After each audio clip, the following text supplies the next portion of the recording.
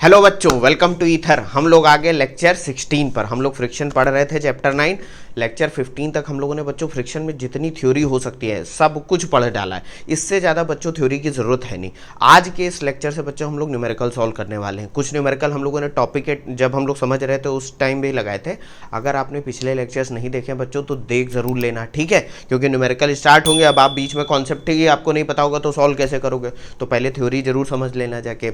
आज इस लेक्चर में हम लोग एनसीईआरटी की कुछ प्रॉब्लम सॉल्व करेंगे। अब एनसीईआरटी का मतलब बच्चों ये नहीं है कि मैं जो है सारी एनसीईआरटी के हर एक क्वेश्चन सॉल्व करा दूंगा। मैं हर बार बताता हूँ, मैं वो क्वेश्चन उठाता हूँ जो आपके कॉन्सेप्ट की और ज़्यादा क्लियरिटी देंगे, ठीक है। और दूसरी बात क्या है कि एनसीईआरटी जो है उसमें जो फ्रिक्शन का टॉपिक है वो एक्चुअली लॉज ऑफ मोशन जो चैप्टर है उसी में मिला कर दिया हुआ है, तो उसमें फ्रिक्शन के बहुत ज़्यादा क्वेश्चन भी नहीं है। इसलिए मैं आपको रिकमेंड करूँगा कि अगर आप एच सी वर्मा सर की बुक सॉल्व कर रहे हो तो उसमें अलग से चैप्टर है, ज़्यादा क्वेश्चन मिल जाएंगे, तो आप उससे सॉल्व कर लेना, ठीक। मैं हालांकि एच सी वर्मा सर की बुक के भी कुछ क्वेश्चन सॉल्व करा दूंगा ताकि एक आपको कॉन्फिडेंस आ जाए कि हाँ हम लोग सॉल्व कर सकते हैं। चलो जल्दी से सॉल्व करते हैं बच्चों। 4-5 न्यूमेरिकल हैं, ज़्यादा नहीं। देखो ये मैंने यहाँ पर एडिशन लिख दिया है। ये किस एनसीईआरटी से लिया है मैंने? ये सारे क्वेश्चन 2019 की जो एनसीईआरटी है उससे लिया हुआ है। अब जैसे कि पहला क्वेश्चन सबसे पहले देखते हैं क्या है। A mass of 4 kg rests on a horizontal plane. The plane is gradually inclined until an angle theta is equal to 15 degree. ठीक है भाई, with the horizontal. The mass just begins to slide. What is the coefficient of static friction between the block and the surface? ये बच्चों example number 5.8 है, ठीक है। ये मैंने यहाँ पर भी लिख दिया कि बुक में आपको कहाँ पर मिलेगा। बहुत सिंपल क्वेश्चन है बच्चों, इतना सिंपल क्वेश्चन तो हो ही नहीं सकता। क्यों? क्योंकि ये डायरेक्ट कॉन्सेप्ट बेसिस पे पूछ लिया है कि भाई हॉरिजॉन्टल पे एक ब्लॉक रखी हुई है, ठीक है, मान लो ये ब्लॉक है, और कह रहे हैं कि भाई इसको हम क्या कर रहे हैं, ग्रेजुअली इंक्लाइन कर रहे हैं। एक angle theta is equal to 15 degree आता है जिसपे ये जस्ट स्लाइड करना स्टार्ट करती है। तो हमें भी पता है ऐसा एंगल जिसपे किसी इंक्लाइंड प्लेन पर रखी हुई ब्लॉक जस्ट स्टार्ट करे क्या, स्लाइड करना, just about to on the verge of slipping हो, ऐसे एंगल को एंगल ऑफ रिपोज कहते हैं, जो कि बराबर किसके होता है, वो होता है equal to angle of friction के। और अगर जिन बच्चों को नहीं पता है तो मैं पहले लंबे वाले मेथड से सॉल्व करके दिखा देता हूँ, फिर एंगल ऑफ रिपोज से सॉल्व करेंगे। देखो बच्चों क्या है, ये हॉरिजॉन्टल है और क्या कह दिया, इंक्लाइंड प्लेन पे ये जो ब्लॉक है आपकी जिसका मास कितना है 4 kg है, ये 15 डिग्री का एंगल बना रही है। अब ऑब्वियस ही बात है कि भाई इसके हम लोग सब जानते हैं कि इसका वेट होगा नीचे की तरफ 4g, होगा कि नहीं। इसके हम लोग दो कंपोनेंट ले लेंगे, एक अलोंग द प्लेन, ये हो जाएगा आपका 4g sin 15, ये सब याद है कि नहीं याद है, कंपोनेंट लेना भी भूल गए हो। और ये हो जाएगा 4g cos 15। क्यों हो जाएगा?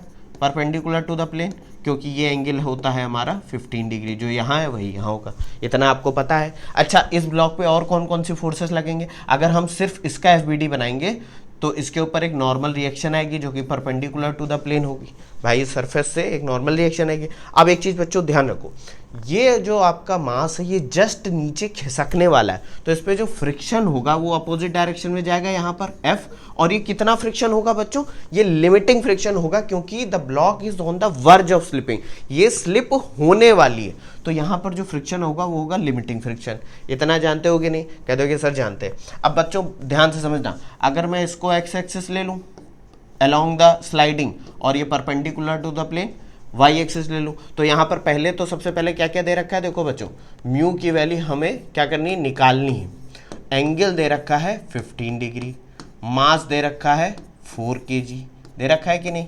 बिल्कुल दे रखा है। अब सबसे पहले बच्चों पता है क्या करना होता है, इसको ऐसे टाइप के क्वेश्चन नॉर्मल रिएक्शन निकालनी होती है, वो हमें पता है। तो सबसे पहले हम, क्योंकि वाई एक्सिस में किसी भी तरीके का मोशन नहीं है, तो sigma F Y is equal to 0 हो जाएगा कि नहीं। Net sum of forces in Y direction यानी परपेंडिकुलर टू द प्लेन 0 होंगी, क्योंकि इक्विलिब्रियम है। तो यहाँ पर अगर मैं एन को पॉजिटिव लूंगा तो एन प्लस ब्रैकेट में माइनस का 4g cos 15 is equal to 0 कह दोगे सर बिल्कुल, ये सब पता है हमें। तो n हो जाएगा आपका कितना, 4g cos 15 हो जाएगा कि नहीं? बिल्कुल हो जाएगा। ये मान लो आप कुछ इक्वेशन, इसको देखो नेक्स्ट पेज पर फिर जाते हैं। अब देखो बच्चों फिर क्या करेंगे, sigma F X is equal to 0, क्योंकि अलोंग द प्लेन ये जस्ट अबाउट टू स्लाइड है, ये अभी बिल्कुल स्लाइड होने वाली है, अभी जस्ट स्टार्ट नहीं हुआ। देखो the plane is gradually inclined with the horizontal, the mass just begins to slide, मतलब स्टार्ट हो ही रहा है, तो इसका मतलब net sum of forces X direction में क्या होगी, 0 होगी। तो यहां पर मैं क्या लिख दूंगा बच्चों, देखो यहां पर मैं लिख दूंगा sigma F x is equal to 0। और x डायरेक्शन में बच्चों कौन कौन सी फोर्सेस हैं, देखो 4g साइन 15 है, और जो FL है यानी फ्रिक्शन की लिमिटिंग वैल्यू जो है वो अपोजिट डायरेक्शन में है कि नहीं। तो ये कितना हो जाएगा 4g साइन 15 माइनस का FL इज इक्वल टू 0। ये मैंने डायरेक्ट लिख दिया क्योंकि FL उस डायरेक्शन में था, आप माइनस के x डायरेक्शन। अब आपको भी पता है कि FL बच्चों कितना होता है, FL होता है म्यू एस इंटू एन, होता है कि नहीं, coefficient of static friction into normal reaction.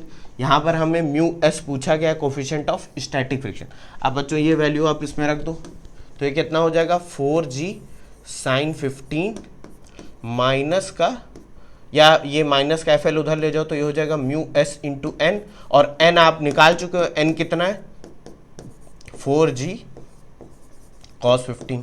ये वैल्यू इसमें रख दो तो ये कितना हो जाएगा 4g sine 15 is equal to mu S into 4g cos 15। हो जाएगा कि नहीं, कह दो कि सर बिल्कुल हो जाएगा। ये 4g कैंसिल आउट हो जाएगा तो बचेगा क्या, 4g कट जाएगा, कह दो सर 5g बचेगा। ये साइन 15 अपॉन कॉस 15 हो जाएगा।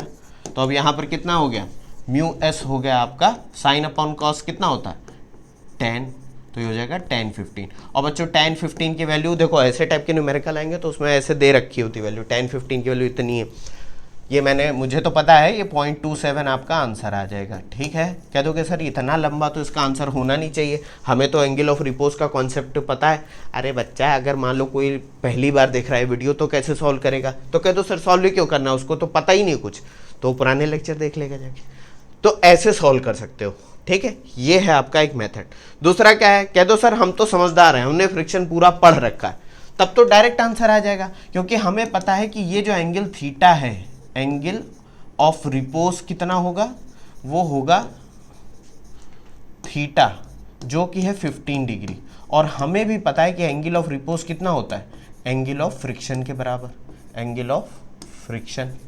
और एंगल ऑफ फ्रिक्शन बच्चों क्या कैसे डिनोट करते हो, लैम्डा से जनरली डिनोट करते हैं कि नहीं, कह दोगे सर बिल्कुल। और हमें ये भी पता है कि since mu S coefficient of static friction कितना होता है tan लैम्डा, और लैम्डा की वैल्यू 15 डिग्री है, क्योंकि इसी एंगल पर बॉडी जस्ट नीचे खिसकने वाली है, तो ये हो जाएगा tan 15।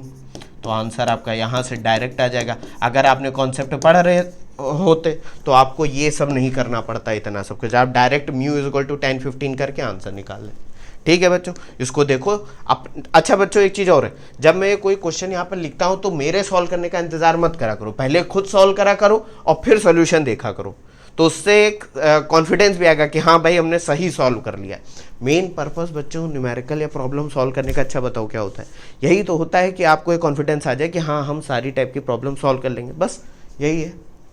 चलो एक जल्दी से क्वेश्चन नंबर 2 देखते हैं, ये बहुत अच्छा क्वेश्चन है। क्या है, figure shows a man standing stationary with respect to a horizontal conveyor belt that is accelerating with 1 metre, ये बच्चों 1 मीटर पर सेकेंड स्क्वायर लिखा हुआ है, ये क्या लिखा हुआ है 1 metre per second square, second की पावर -2 है। ठीक है, what is the net force on the man, ठीक है पहला तो यही पूछ लिया, what is the net force on the man if the coefficient of static friction between the man shoes and the belt is 0.2, up to what acceleration of the belt can the man continue to be stationary relative to the belt, mass of the man is equal to 65 kg। तो पहले मास लिख लेते हैं, कितना दे रखा है 65 kg, और क्या दे रखा है कोफिशिएंट ऑफ स्टैटिक फ्रिक्शन दे रखा है हमारा आदमी के जो जूते हैं और बेल्ट के बीच में कितना दे रखा है 0.2 दे रखा है।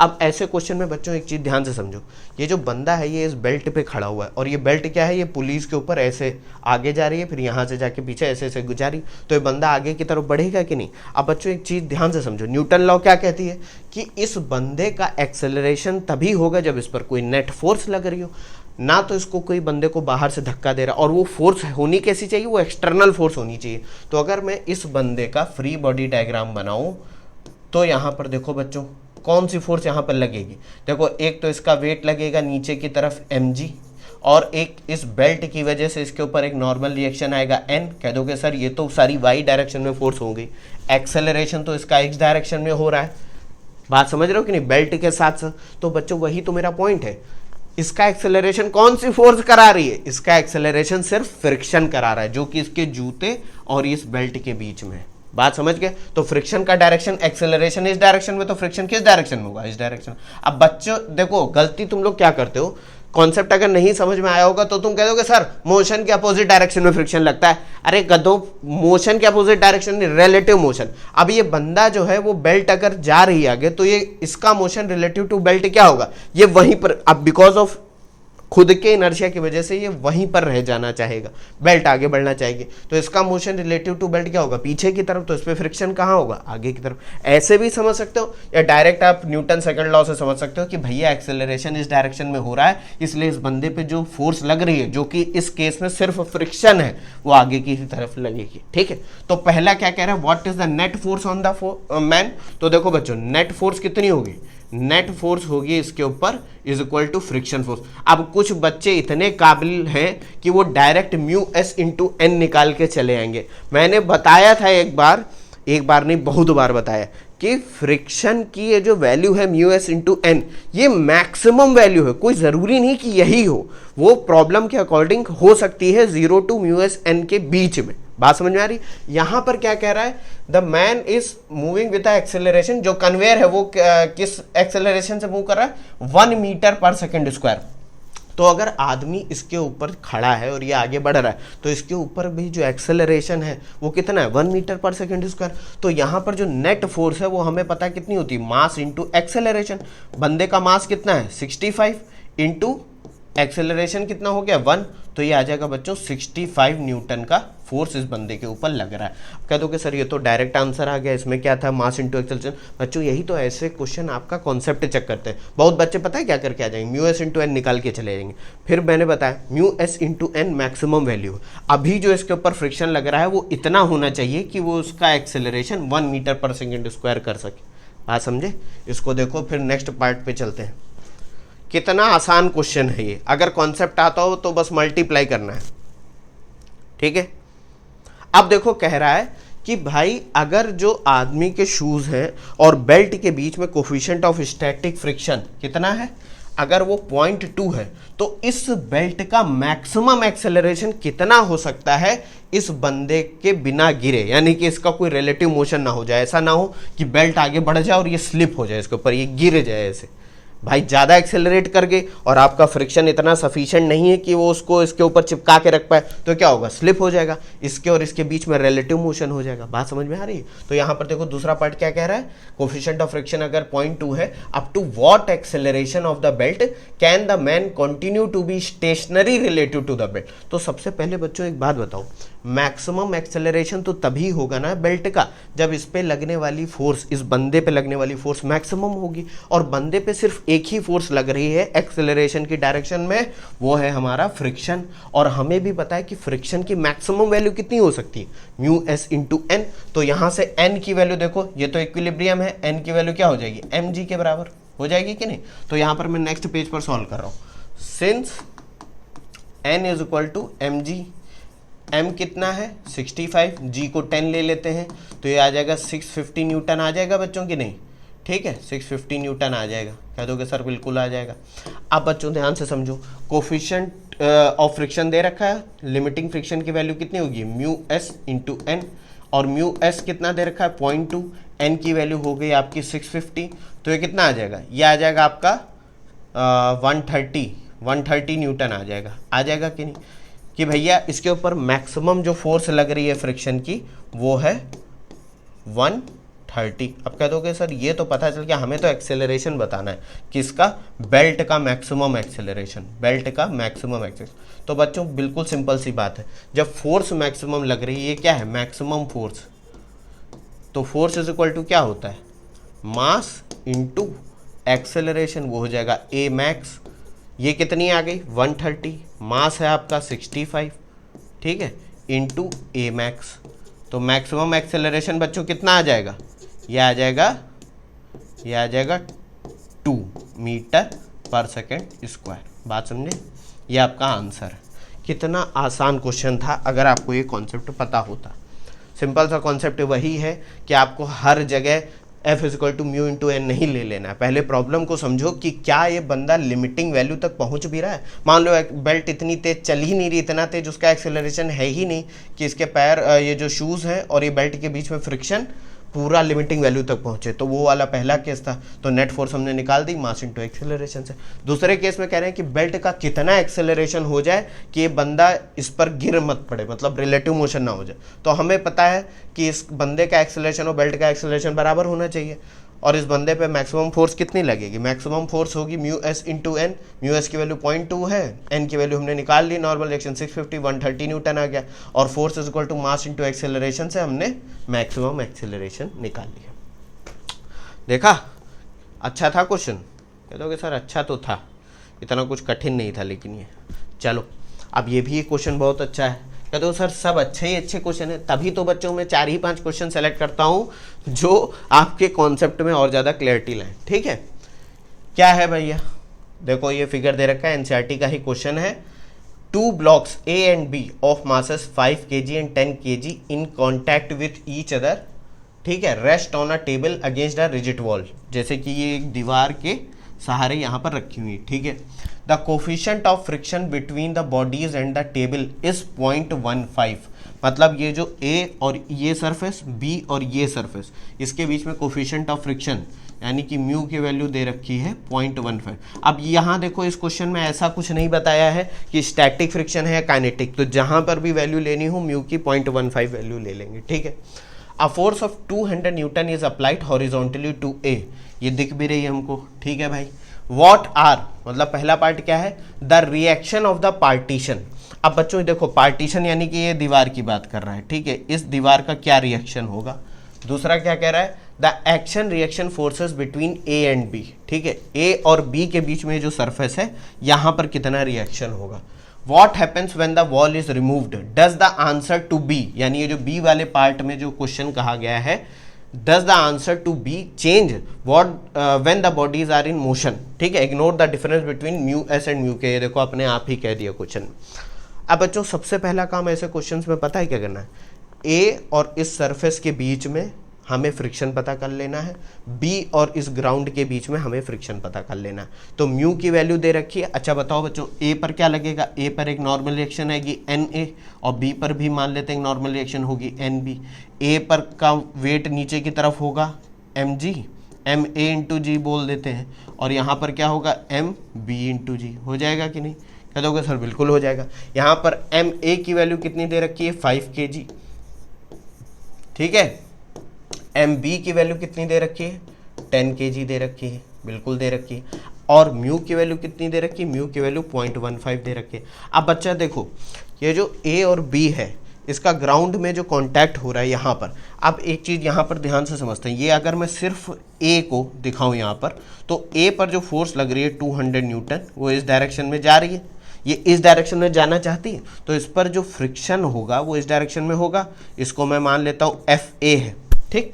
उसी तरह B भी जो है वो किस डायरेक्शन में जाना चाहता है, वो भी इस डायरेक्शन में, तो यहाँ पर भी जो फ्रिक्शन लगेगा वो क्या हो जाएगा FB हो जाएगा। अभी बाकी फोर्सेस को मैंने नहीं दिखाया, सिर्फ फ्रिक्शन दिखा रहा हूँ, तो FA और FB की वैल्यू हम लोग निकाल लेते हैं, ठीक है। इसको देखो पहले, तो सबसे पहले हम बच्चों क्या करेंगे, नॉर्मल रिएक्शन पता होनी चाहिए, तो NA क्या हो जाएगा बच्चों, NA हो जाएगा MA इंटू जी।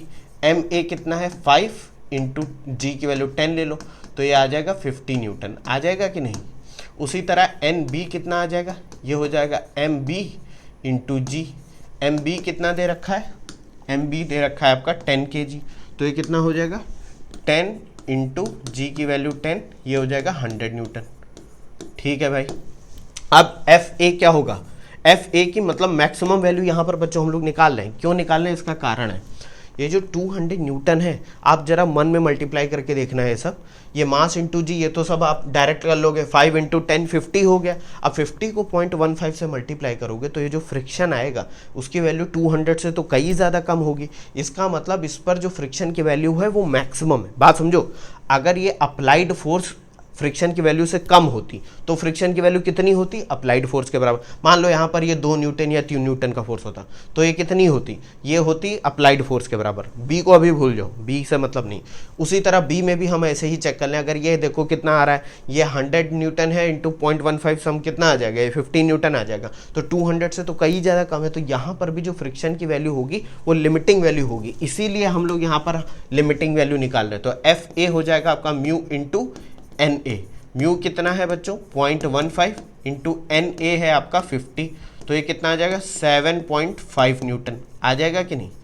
उसी तरह से बच्चों आपका एफ बी कितना होगा, एफ बी होगा म्यू इंटू एन बी, तो ये वैल्यू कितनी आ जाएगी 0.15 इंटू एन बी कितना है आपका 100, तो ये कितना आ जाएगा 15 न्यूटन आ गया। देखो अब आपके पास वो सारी चीज़ें हैं जो इस क्वेश्चन में दे रखी हैं। अब आपको सिंपली करना क्या है, फ्री बॉडी डायग्राम आपको ए और बी का अलग अलग बना लेना है और आपका आंसर आ जाएगा। तो सबसे पहले मैं ए का फ्री बॉडी डायग्राम बनाता हूँ और मैं वो सारी फोर्सेस दिखाऊंगा जो एक्स डायरेक्शन में है। मतलब कि देखो वर्टिकल फोर्सेस का कोई मतलब नहीं है यहाँ पर अभी, क्यों, क्योंकि हमें सिर्फ नॉर्मल रिएक्शन पता करनी थी, हमने पता कर ली। तो यहाँ पर मैं ए का अगर फ्री बॉडी डायग्राम बनाऊँ बच्चों, तो देखो फॉर ए का फ्री बॉडी डायग्राम बच्चों बनाता हूँ मैं, तो देखो क्या क्या लगेंगी फोर्सेस, ध्यान से समझना। मैं एक्स डायरेक्शन की बात कर रहा हूँ। एक तो यहाँ दे ही रखा है कि भाई 200 न्यूटन की फोर्स लग रही है। और एक बात बताओ, ये ए जो है कहाँ गया, ए बी पर कुछ एक्शन डालेगा कि नहीं डालेगा, तो बी का रिएक्शन ए पर आएगा, कहाँ पर, इस वाली सरफेस पे। तो ये जो कॉन्टैक्ट है यहाँ पर जो रिएक्शन आ रहा है उसको मैं नाम दे देता हूँ एन ए बी, यानी ए और बी के बीच में नॉर्मल रिएक्शन। और ये क्या है आपका ए, बात समझे। और इसके ऊपर ये एफ ए लग रहा है, एफ ए की वैल्यू कितनी आ गई 7.5 न्यूटन, यानी कि ये जो हमारा फ्रिक्शन था एफ ए की वैल्यू। ठीक, अब बच्चों एक बात समझो, क्या भैया कह रहा है क्वेश्चन में कह रहा है कि ये रेस्ट में है, अभी तो वॉल है तो आगे उसको तोड़ के तो जा नहीं रहा है कहीं। तो यहाँ पर हम ये लिख सकते हैं sigma F X is equal to 0, क्योंकि रेस्ट में है, ब्लॉक है, बिल्कुल लिख सकते हैं। तो देखो इस डायरेक्शन वाली फोर्सेस को, इसको एक्स डायरेक्शन मान लो, तो ये फोर्सेस पॉजिटिव ले लो, तो 200 माइनस, माइनस क्यों, क्योंकि ये एफ ए देखो निगेटिव डायरेक्शन में, तो माइनस का 7.5 और एन ए बी भी माइनस का हो जाएगा, इज इक्वल टू 0 हो जाएगा कि नहीं। तो यहाँ से जब हम एन ए बी सॉल्व करेंगे तो कितना आ जाएगा बच्चों, ये आ जाएगा 192.5 न्यूटन। ये आपका बच्चों एक आंसर आ गया। कौन सा आंसर, देखो बी वाला जो पार्ट है वो पहले आंसर आ गया, the action reaction forces between A and B. ठीक, तो इसका आंसर कितना आ गया 192.5, ए और बी का एक्शन रिएक्शन। अच्छा, अब यहाँ पर एक्शन रिएक्शन फोर्सेस पूछी गई तो आपको डायरेक्शन दोनों में बतानी होगी। कैसे, आप क्या बताओगे कि भाई ए पे जो फोर्स लग रही है एन ए बी क्या है, अपोजिट टू द फोर्स 200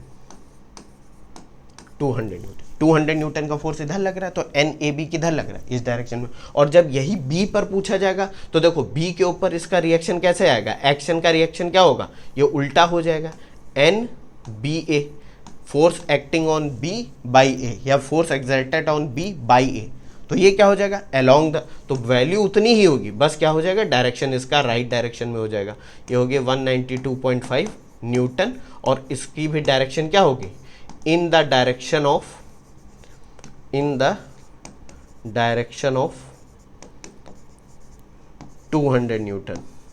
अब बच्चों आप ये भी कह सकते हो कि सर डायरेक्टली हमने राइट और लेफ्ट क्यों नहीं लिख दिया, कि N A B towards left है और N B A towards right है। बिल्कुल बच्चों लिख सकते हो, लेकिन इस क्वेश्चन में लेफ्ट और राइट कहीं पर बताया नहीं गया। कह दो सर ये तो दिख रहा है ना हमें, बिल्कुल दिख रहा है। आपको जब भी ऐसे क्वेश्चन मिले सबसे पहले आप अपने आप डिक्लेयर कर दो कि ये भाई राइट है, या ऐसे दिखा दो कि ये पॉजिटिव एक्स है, ये नेगेटिव एक्स है। तो आप आंसर कैसा लिख सकते हो, towards positive x, towards negative x, या टूवर्ड्स राइट, टूवर्ड्स लेफ्ट। बात समझ गया, बिल्कुल समझ गया। तो एक पार्ट का आंसर आपका आ चुका है।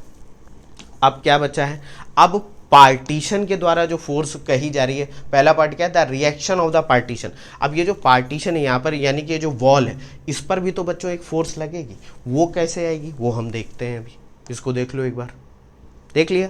अब देखो अगर मैं यहाँ पर सिर्फ बी का फ्री बॉडी डायग्राम बनाऊँ, बी का फ्री बॉडी डायग्राम, और सारी एक्स वाली फोर्सेस दिखाऊं, तो देखो बच्चों ये हो गया एफ बी हो गया कि नहीं। और यहाँ पर ये जो फोर्स लग रही थी वो क्या थी, NBA, भाई रिएक्शन आ जाएगा। और क्योंकि हमने वॉल हटा दी तो वॉल की वजह से इस पर एक रिएक्शन आएगा जिसको हम NP दे देते हैं, पार्टीशन, ठीक। और इसके ऊपर एक फ्रिक्शन लग रहा था, वो कितना था, FB की वैल्यू कितनी आई थी, 15 न्यूटन आई थी कि नहीं, कह दोगे सर बिल्कुल आई थी। और ये वैल्यू हम कैलकुलेट कर चुके हैं, कितनी है, 192.5 न्यूटन, है कि नहीं। अब यहाँ पर भी आप सिंपल यही कर दो, sigma Fx is equal to 0, तो ये कितना हो जाएगा 192.5, ये है पॉजिटिव डायरेक्शन में, माइनस का 15 माइनस का NP इज इक्वल टू 0, तो ये NP की वैल्यू जो बच्चों आएगी वो आ जाएगी 192.5 माइनस 15, तो ये वैल्यू हो जाएगी 177.5 न्यूटन। ये आपका बच्चों एक आंसर और आ गया। तो पहले वाले का आंसर बच्चों कितना आया, ए वाला जो पार्टीशन के द्वारा फोर्स है वो आ गया 177.5, ठीक है, न्यूटन। और ए बी का जो रिएक्शन है, देखो बच्चों यहाँ डायरेक्टली मैग्नीट्यूड पूछा गया है, ठीक है, तो 192.5 न्यूटन आंसर हो जाएगा आपका। तो ए और बी का आंसर आपको पता चल गया, इसको देख लो।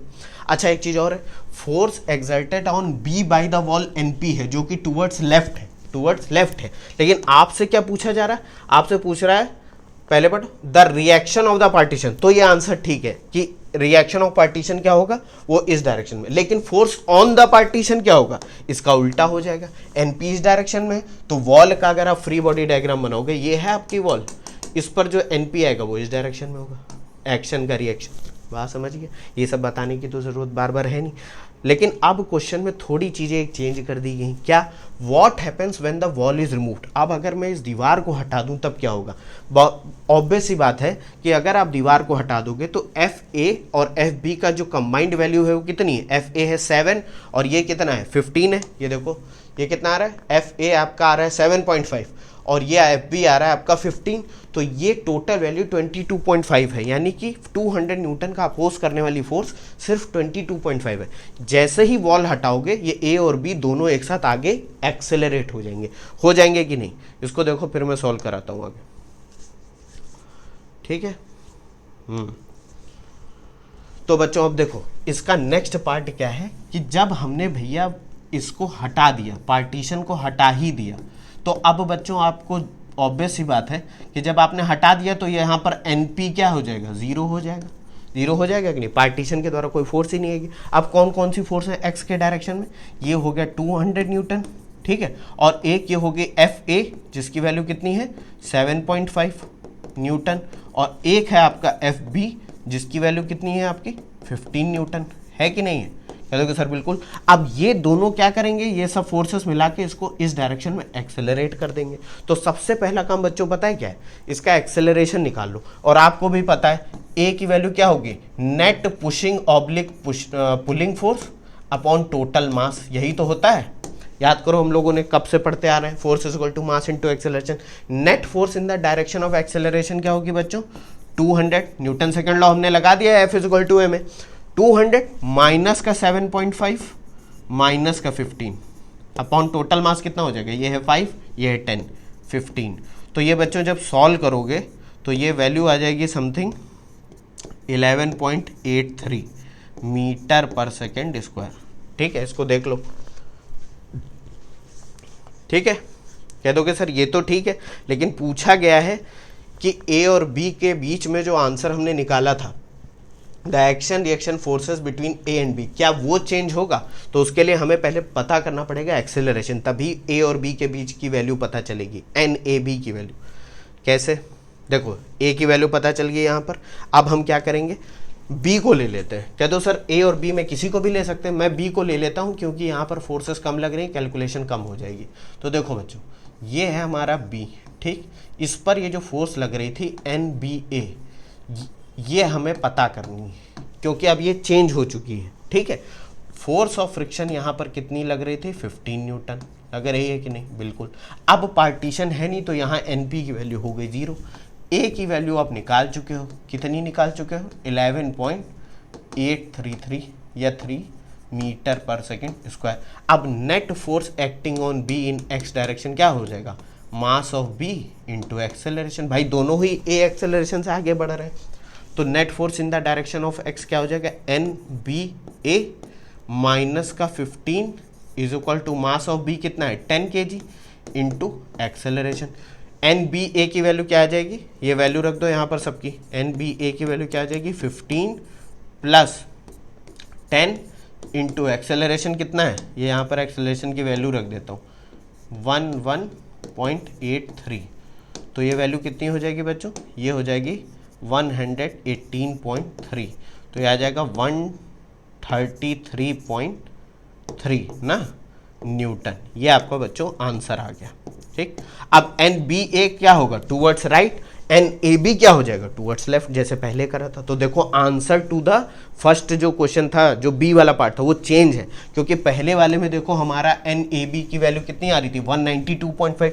अब आप कॉमन सेंस भी लगाओ कि जब पार्टीशन हटा देंगे तो इसका मोशन हो जाएगा। इसका मतलब ये जो पार्टीशन की वजह से फोर्स आ रही थी वो तो कम हो गई ना, तो बी ए और बी के बीच में जो ग्लू था एक तरीके से, जो नॉर्मल रिएक्शन थी, उसकी वैल्यू कम हो जानी चाहिए। कॉमन सेंस तो ये कहता है।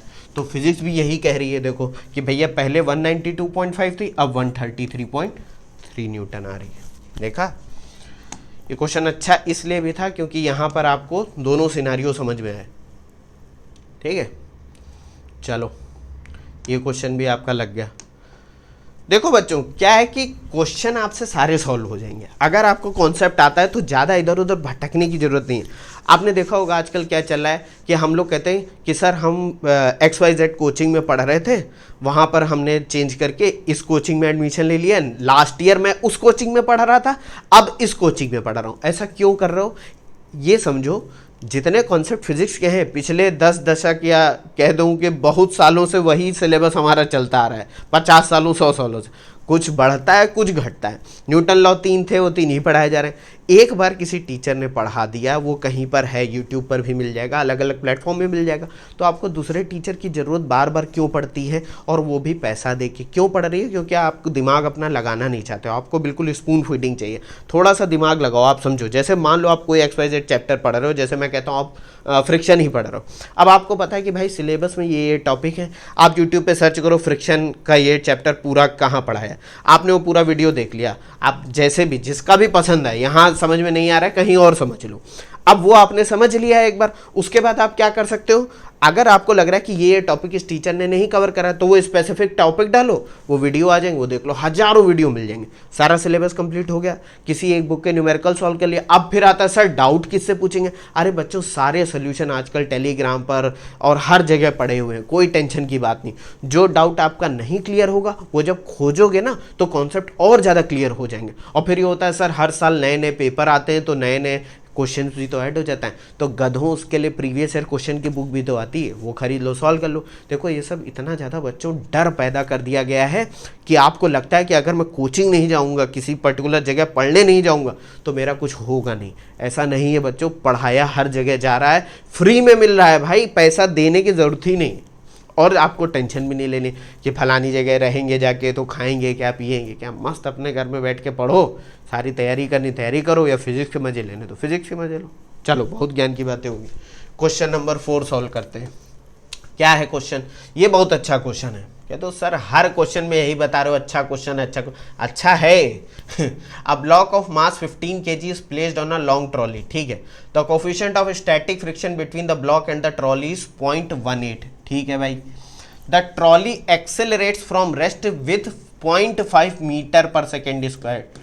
ठीक है, for 20 second and then moves with uniform velocity. उसके बाद मतलब 20 सेकेंड तक वो एक्सेलरेट करती है, उसके बाद वो यूनिफॉर्म वेलोसिटी सेम वेलोसिटी से आगे बढ़ने लगती है।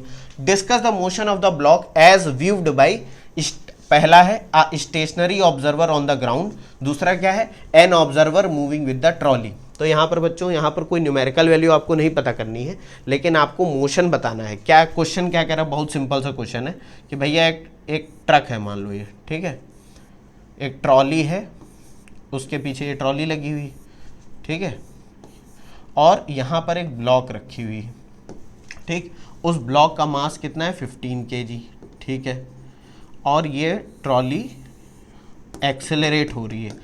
शुरुआत के 20 सेकंड के लिए मान लेते हैं कितना एक्सेलरेशन, इसका मान क्या लेते हैं, दे ही रखा है 0.5 मीटर पर सेकंड स्क्वायर दे रखा है।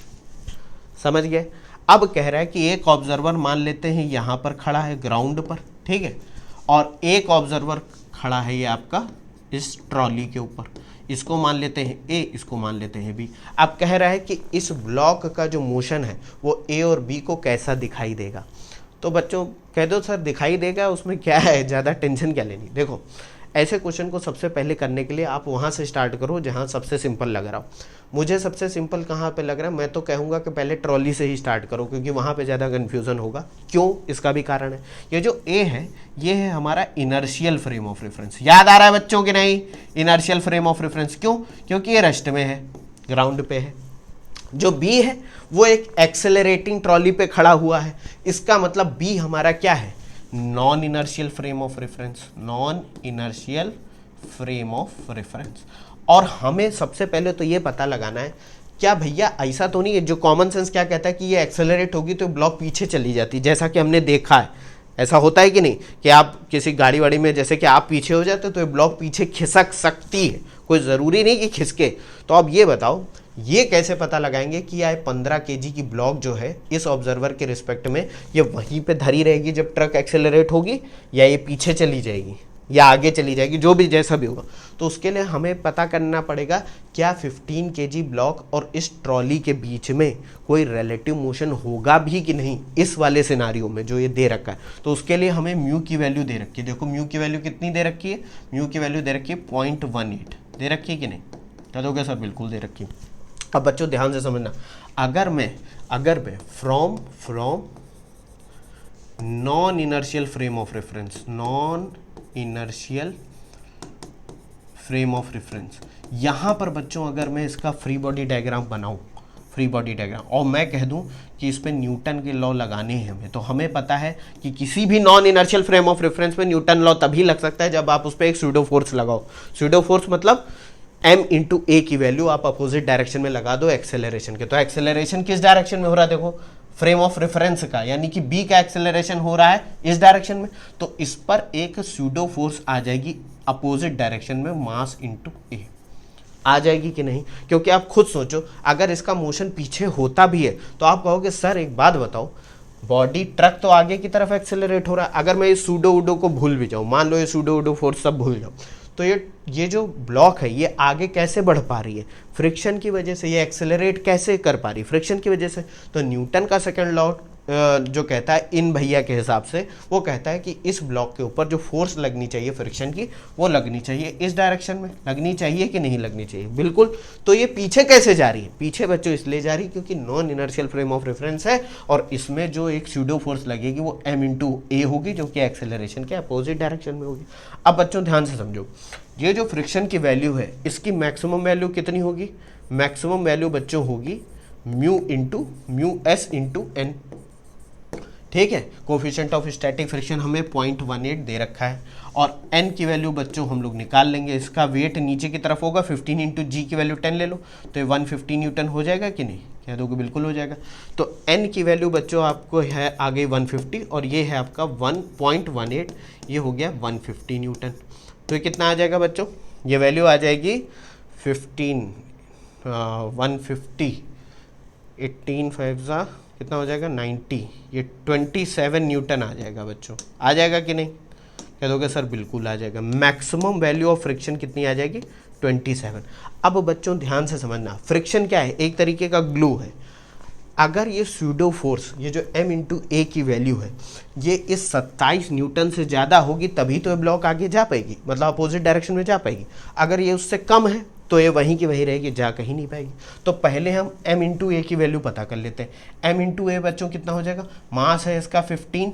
नेक्स्ट पेज पर सॉल्व करते हैं, इसको देखो, ठीक है। नेक्स्ट पेज पर चलते हैं। देखो बच्चों, m इंटू ए की वैल्यू क्या होगी, m इंटू ए की वैल्यू हो जाएगी आपकी 15 इंटू एक्सेलरेशन कितना है 0.5, तो ये आ जाएगा 15 5 75, तो ये आ जाएगा 7.5 न्यूटन। अब बच्चों ध्यान से समझो, ये जो वैल्यू आ रही है ये आ रही है 7.5 न्यूटन आ रही है कि नहीं, और जो फ्रिक्शन की मैक्सिमम वैल्यू है वो है 27। तो हमें अगर इसको आगे खिसकान पीछे की तरफ ले जाना है तो ये जो m इंटू ए की वैल्यू होनी चाहिए थी वो 27 से ज़्यादा होनी चाहिए थी, लेकिन वो तो 7.5 आ रही। इसका मतलब ये जो भैया ऑब्जर्वर बी बैठा है इसके ऊपर, इसको ये रेस्ट में दिखेगी। ये भले गाड़ी एक्सेलरेट कर रही है लेकिन ये देखेगा कि ये ब्लॉक वहीं की वहीं चिपकी हुई है। तो आंसर टू द जो सेकंड क्वेश्चन है बी वाला, उसका आंसर क्या हो जाएगा बच्चों? पहले मैं बी वाले का आंसर लिखता हूँ। Observer B will find the block at rest, वो मूव नहीं करेगी। और यहाँ पर अगर मैं होता इस क्वेश्चन को सेट करने वाला तो एक क्वेश्चन और पूछता कि भैया इस केस में ब्लॉक और इस ट्रॉली के बीच में फ्रिक्शन कहता है कितना होगा। बहुत बच्चे दिमाग लगा के चले आएंगे कि सर 27 न्यूटन हो जाएगा। अरे गधों, ये मैक्सिमम वैल्यू ऑफ फ्रिक्शन है। याद करो जो एफ की एक्चुअल वैल्यू होगी जो अवेलेबल है वहाँ, वो कितनी होगी? जो एक्टिंग फोर्स है, अब भाई ये रेस्ट में है तो इसके हिसाब से नेट फोर्स कितनी होनी चाहिए? 7.5 minus F is equal to 0। तो एफ की वैल्यू कितनी हो जाएगी? 7.5। ये तो मैक्सिमम है ना कि भैया इससे ज़्यादा लगाओगे तभी आगे बढ़ जाएगी इस डायरेक्शन में। बात समझे? तो यहाँ पर मैं ये भी लिख दूंगा। क्या लिखूंगा? Friction is equal to friction F is equal to कितना हो जाएगा? 7.5 न्यूटन। क्यों? क्योंकि ब्लॉक है रेस्ट में, और जब रेस्ट में होगी तो नेट सम ऑफ फोर्सेस क्या होगा? Sigma F X is equal to 0। तो 7.5 minus F is equal to 0, F की वैल्यू 7.5 न्यूटन आ जाएगी। लेकिन ये किसके रिस्पेक्ट में बातें हो रही हैं? बी के रिस्पेक्ट में। अब ये जो ऑब्जर्वर ए है, बात जरा ध्यान से समझना, ऑब्जर्वर जो ए है उसको क्या दिखेगा? उसको तो भैया यही दिखेगा कि भैया विल फाइंड द ब्लॉक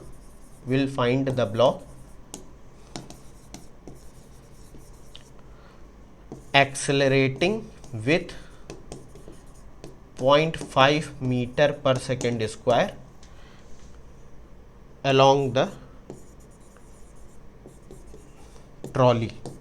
यही तो, along the ट्रॉली नहीं, accelerating with 0.5 metre per second square with the trolley. मतलब ये जो भैया ऑब्जर्वर ए है इसको क्या दिखेगा? ऑब्जर्वर ए को दिखेगा कि ये ब्लॉक क्योंकि बी को रेस्ट में दिख रही है और ये ट्रक के साथ आगे ही तो बढ़ रही है, कितने एक्सेलरेशन से? 0.5 मीटर पर सेकेंड स्क्वायर। तो ए को ये दिखेगा कि ये 15 kg की जो ब्लॉक है ये साथ ही साथ 0.5 मीटर पर सेकेंड स्क्वायर के एक्सेलरेशन से इस डायरेक्शन में जा रही है, क्योंकि ऑब्वियस ही बात है ये इधर उधर मूव तो कर नहीं रही।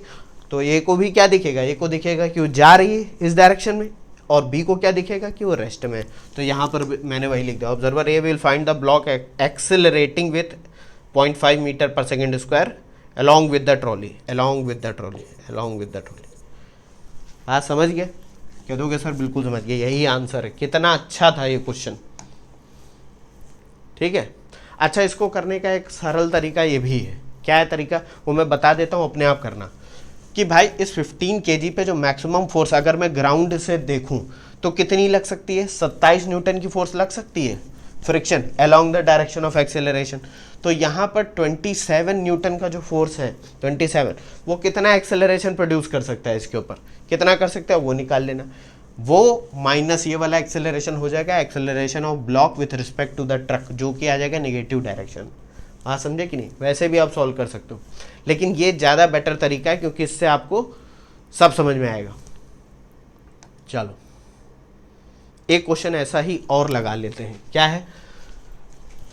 The rear side of a truck is open and a box of 40 kg mass is placed 5 metre away from the open end as shown in figure. Figure तो दे ही नहीं रखा, चलो कोई बात नहीं, मैं बना देता हूँ। ये बिल्कुल पहले जैसा क्वेश्चन है, बस यहाँ पर थोड़ा अब आपको सॉल्व करना पड़ेगा। क्या कह रहा है?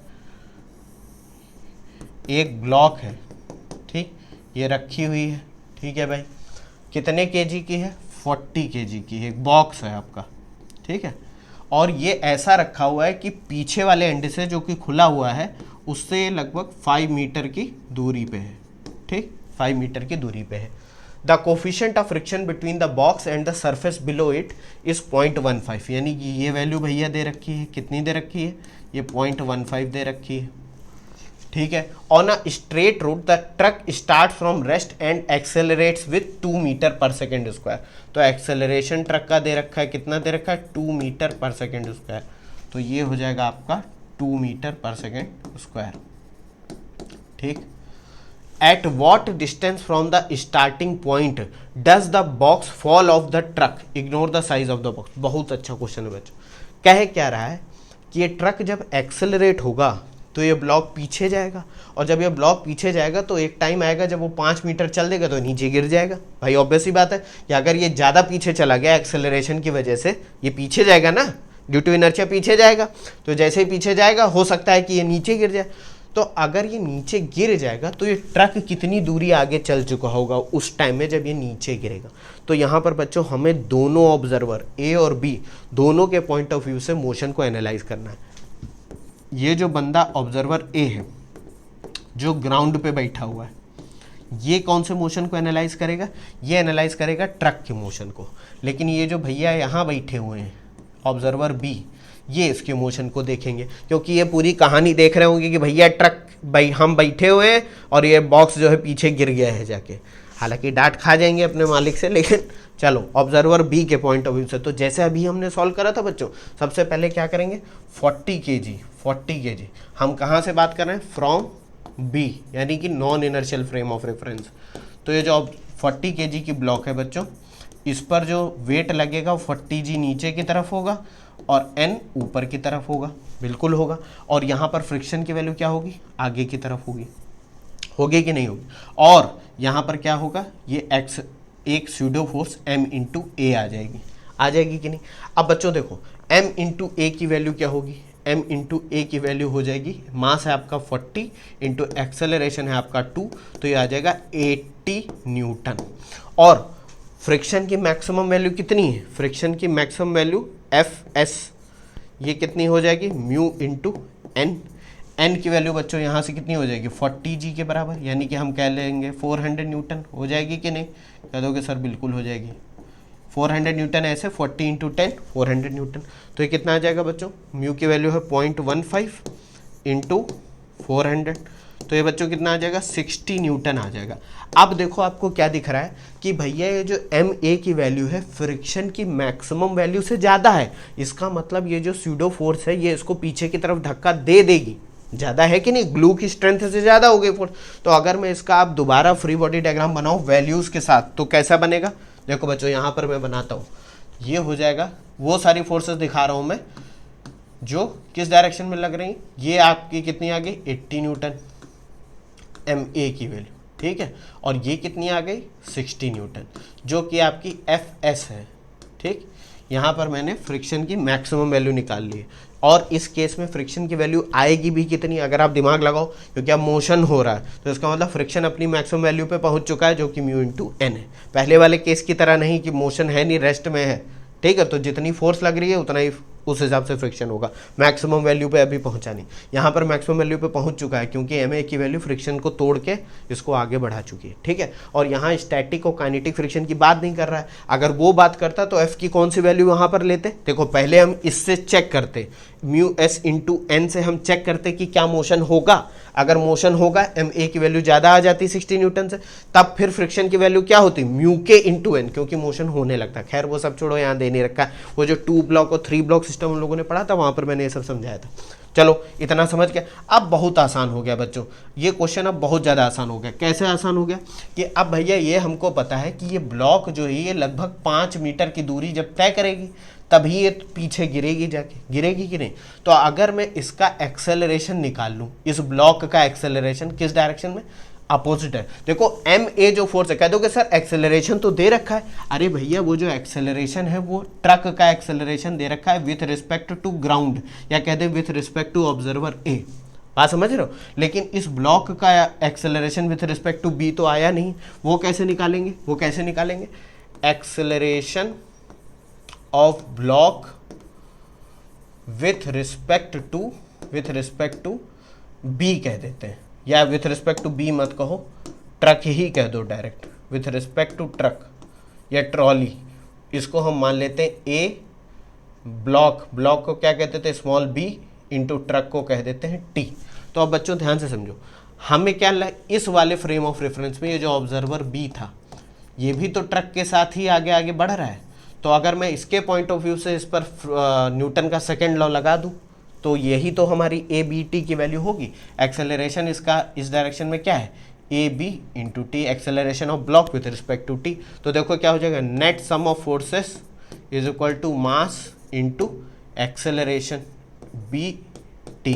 तो ये कितना हो जाएगा, 80 न्यूटन है इस डायरेक्शन में, इसको पॉजिटिव मान लो इस डायरेक्शन। अभी हम इसके रिस्पेक्ट में बात कर रहे हैं, तो ये हो जाएगा 80 माइनस का 60 इज इक्वल टू मास है इसका 40 into A B T, acceleration of block with respect to truck या ट्रॉली। तो ए बी टी की वैल्यू बच्चों कितनी आ जाएगी, ये हो जाएगा 20/40 आ जाएगी 0.5 मीटर पर सेकेंड स्क्वायर। बात समझे, कह दोगे सर एक्सेलरेशन आ गया। अब बच्चों हम यूज करेंगे फ्रॉम, अभी सारी बातें बच्चों ऑब्जर्वर बी के पॉइंट ऑफ व्यू से चल रही हैं। ऑब्जर्वर बी, अभी ए पर हम पहुंचे नहीं हैं, ऑब्जर्वर बी को देखो बस तुम। अब from second equation of motion, second equation of motion. अब बच्चों एक चीज़ ध्यान से समझो, जब ये ट्रक या ट्रॉली जो है आपकी, ये जब एक्सेलरेट करना स्टार्ट करेगी तो कहाँ से स्टार्ट करेगी, इसकी इनिशियल वेलोसिटी क्या होगी, जीरो होगी, जीरो होगी कि नहीं। तो जब वो स्टार्ट, उस समय ये ब्लॉक भी जीरो पे होगा, लेकिन जब ये एक्सेलरेट होगी तो कितने टाइम के बाद वो 5 मीटर डिस्टेंस कवर करेगी, उसके लिए हम second equation of motion use कर सकते हैं, जो कि कितनी होगी, एस, ये मैं ब्लॉक के लिए लिख रहा हूँ, S B is equal to U T plus half A T square. अच्छा, ये वैल्यू कितनी उसको ट्रेवल करनी पड़ेगी, ब्लॉक को 5 मीटर, ये दे रखा है, is equal to initial velocity है उसकी 0 प्लस हाफ, एक्सेलरेशन कितना आ गया, एक्सेलरेशन है आपका A, acceleration of block with respect to T into T square. तो 5 is equal to half, acceleration of block with respect to truck कितना है 0.5 into T square. इसको बच्चों जब सॉल्व करोगे तो टी की वैल्यू आ जाएगी √20 सेकेंड्स, यानी इतने टाइम के बाद आपकी जो ब्लॉक होगी वो 5 मीटर डिस्टेंस ट्रेवल करके नीचे गिर जाएगी। इतनी कहानी होगी। अब बच्चों अब हम चले जाएंगे इस ऑब्जर्वर ए पे। जब ये ब्लॉक जितने टाइम में नीचे गिरेगी उतने ही टाइम में ट्रक कहीं आगे बढ़ चुका होगा। हमें ये वाली डिस्टेंस पता करनी है, तो ये डिस्टेंस अगर एस टी मान लेते हैं हम, चलो यहाँ पर देखो इसको। अब मैं क्या करूँगा, फ्रॉम ए यानी कि ऑब्जर्वर ए से मैं अब सॉल्व कर रहा हूँ। तो देखो ये ट्रक क्या है, ये ट्रक आपका आगे बढ़ चुका है। जब ये ब्लॉक गिरी है, ये यहाँ पर पहुँच गई, ये गिर गई नीचे, तो ये ट्रक जो है आपका ये कितनी दूरी चल चुका है, ये मान लेते हैं हम, ये आगे बढ़ चुका है एस टी दूरी, ठीक, एस टी दूरी से बढ़ चुका है। अब बच्चों ध्यान से समझो, इस ब्लॉक को नीचे गिरने में टाइम कितना लगा, T is equal to √20 second लगा कि नहीं लगा, कह दोगे सर बिल्कुल लगा। उतने में ही तो ये ट्रक आगे बढ़ गया। तो यहाँ पर भी अगर मैं from second equation of motion solve करूँ, फ्रॉम सेकेंड इक्वेशन, तो ये क्या हो जाएगा, S T is equal to U T plus half acceleration of truck with respect to ground into T square. अब देखो acceleration of truck with respect to ground क्यों ले रहे हैं, क्योंकि अब ए से बात हो रही है, जो ऑब्जर्वर ग्राउंड पे खड़ा है उसके रिस्पेक्ट में, बात समझ गए। और acceleration of truck with respect to ground, या कह दें खाली सिर्फ एक्सेलरेशन ऑफ ट्रक कितना दे रखा है हमारा, 2 मीटर पर सेकेंड स्क्वायर। और इनिशियल वेलोसिटी तो इसकी भी 0 है क्योंकि वो रेस्ट से स्टार्ट हुआ है। तो distance moved by the truck कितनी हो जाएगी, 0 plus half 2 into T square यानी कि √20 का होल स्क्वायर। इसको बच्चों जब सॉल्व करोगे तो डिस्टेंस मूव्ड बाय ट्रक आ जाएगी आपकी 20 मीटर। ये बच्चों आपका आंसर है। कितना अच्छा क्वेश्चन था बच्चों। क्यों अच्छा था, क्योंकि यहाँ पर देखो स्यूडो फोर्स भी यूज़ हो रही है, आपको सेकंड इक्वेशन ऑफ मोशन भी लगाने का मौका मिल रहा है। तो ऐसे क्वेश्चन बच्चों मुझे बहुत अच्छे लगते हैं जिनमें आपको अलग अलग कॉन्सेप्ट लगाने पड़ रहे हैं। अब यहाँ पर एक चीज़ मैं फिर से आपको बता देता हूँ, मैंने इस क्वेश्चन में करा क्या ताकि आप कन्फ्यूज ना हो। सबसे पहले मैं ट्रक के ऊपर बैठ गया, ऑब्जर्वर बी बन गया, और मैंने देखा क्वेश्चन में ये पूछ रहा है कि भाई ये ट्रक कितनी दूरी चल चुका होगा जब ये ब्लॉक गिर जाएगी इसके ऊपर से। तो पहले तो हमें वो टाइम पता करना पड़ेगा कि कितने टाइम में ये ब्लॉक नीचे गिरेगी।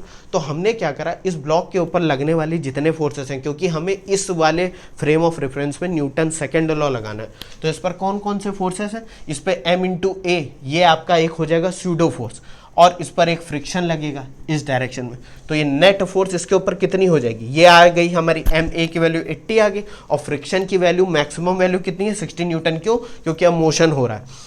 तो हमने क्या करा 80 माइनस 60, क्योंकि इस डायरेक्शन में हो रहा है ना मोशन, तो 80 माइनस 60 कितना हो गया, ये हो गया 20 is equal to mass into acceleration, acceleration of block with respect to the truck, तो ABT मैंने डिनोट कर दिया, और इसकी वैल्यू आ गई 0.5 मीटर पर सेकंड।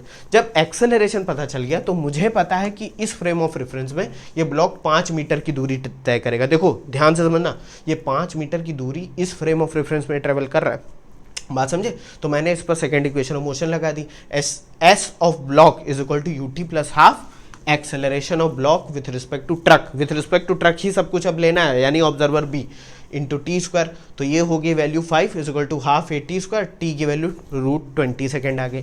उसके बाद मैंने कहा कि भैया जिस टाइम में ये ब्लॉक नीचे गिरेगा तो √20 सेकेंड में, उतने में ही ट्रक आपका आगे बढ़ चुका होगा, इनिशियल वेलोसिटी 0 से वो आगे बढ़ चुका होगा, क्योंकि ट्रक का एक्सेलरेशन कितना है, acceleration of truck with respect to ground वो है आपका 2 मीटर पर सेकेंड स्क्वायर।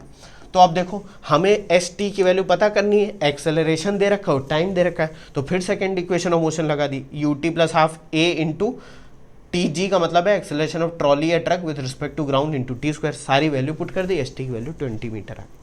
बात समझे, कितना अच्छा क्वेश्चन था। अच्छा हाँ, पिछले वाले क्वेश्चन में बच्चों ये तो आपने लगा लिया, एक चीज़ मैं बताना भूल गया, उसमें ये कहा गया है कि ये जो आपका ट्रक है ये 20 सेकंड तक एक्सेलरेट करता है, उसके बाद यूनिफॉर्म वेलोसिटी से चलता है। अब ये बताओ बच्चों, जब ये ट्रक यूनिफॉर्म वेलोसिटी से चलने लगेगा तो ये A और B का मैंने आंसर तो दे दिया था यहाँ पर कि जो ऑब्जर्वर B है उसको रेस्ट में दिखेगा, ऑब्जर्वर A को ये एक्सेलरेट, ट्रक जैसा एक्सेलरेट हो रहा है वैसे ही एक्सेलरेट होता हुआ दिखेगा।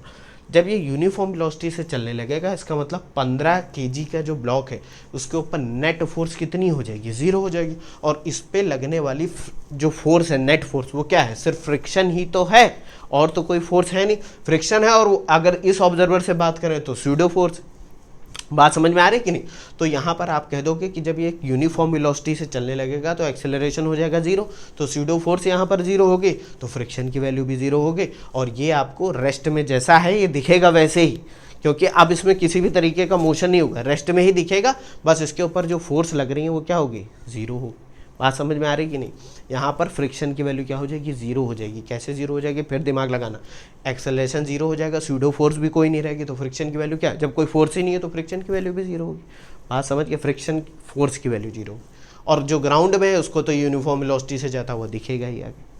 चलो ठीक है, इसको देख लो, क्वेश्चन नंबर 5 भी देख लो, कितना अच्छा क्वेश्चन था। ठीक है, तो बच्चों हम लोगों ने NCERT सॉल्व कर ली, बहुत अच्छे अच्छे क्वेश्चन सॉल्व कर लिए, जिसने आपके कॉन्सेप्ट को मुझे लग रहा है कि जरूर और ज़्यादा क्लियर करे होंगे। ठीक, नेक्स्ट वीडियो में हम लोग HC वर्मा सर की बुक के कुछ क्वेश्चन सॉल्व करने वाले हैं। चलो बच्चों, थैंक यू।